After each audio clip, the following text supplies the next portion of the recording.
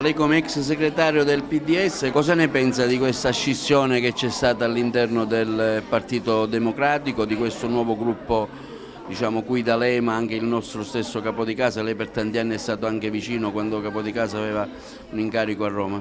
Guarda, io non l'ho condivisa, non la condivido, credo che sia un errore. Oggi in campo c'erano anche candidature che ci potevano consentire di ritrovare un partito unito, diverso, più vicino alle esigenze della nostra terra. Farlo ora è come farlo a freddo. Il PD è una risorsa per il Paese prima ancora che per la politica italiana, quindi mi spiace, però si va avanti, continueremo ad avere, io credo, ottimi rapporti con tutti.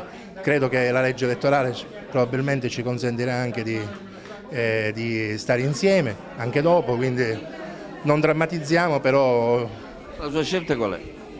di rimanere dentro il PD.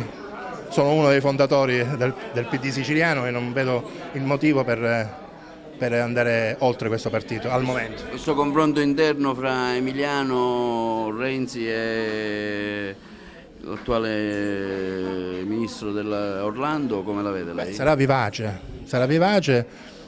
Sono convinto che finalmente la discussione sarà diversa rispetto alle ultime primarie.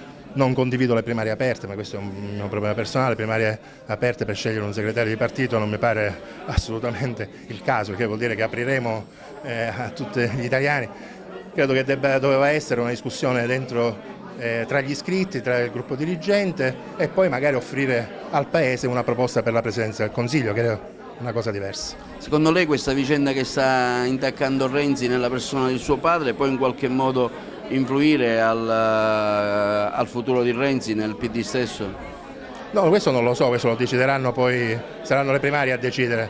Credo che queste cose fanno comunque non certo bene, perché creano attorno, diciamo, a una personalità come quella di Renzi, creano un alone che dovrà sciogliere intanto la magistratura con le indagini e credo che comunque lascerà degli strascichi. Io mi auguro che però il dibattito si concentri su una proposta per il Paese, perché è l'unico modo per superare queste impassi.